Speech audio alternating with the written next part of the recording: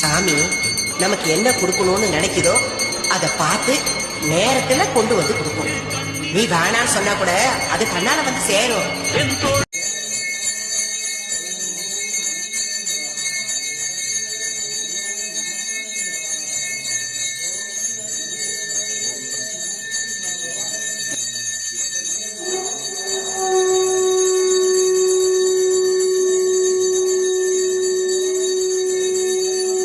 அவனை ஒரு தடவை வழிபட்டா உங்களை எல்லாரையும் வழிபட வைப்பான். உன்னை கும்பிட வைப்பான்டா. நீ ஒரு தடவை அவனை கும்பிடு, உன்னை எல்லாரையும் பார்த்து வாங்க சிவா வாங்க பெருமானே அப்படின்னு உன்னை கும்பிட வைப்பான். அப்பேற்பட்ட கடவுள். அந்த கடவுள் தன்னை வணங்கியவனை தலைக்கு மேல ஏற்றுகிற தலைவன் சிவன்.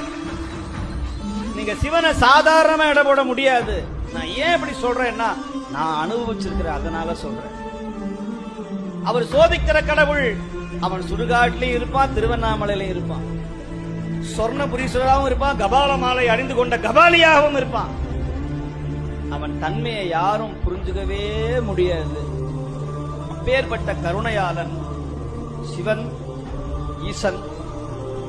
அவனுடைய நாமத்தை ஒரு தடவை சொன்னா போதும்,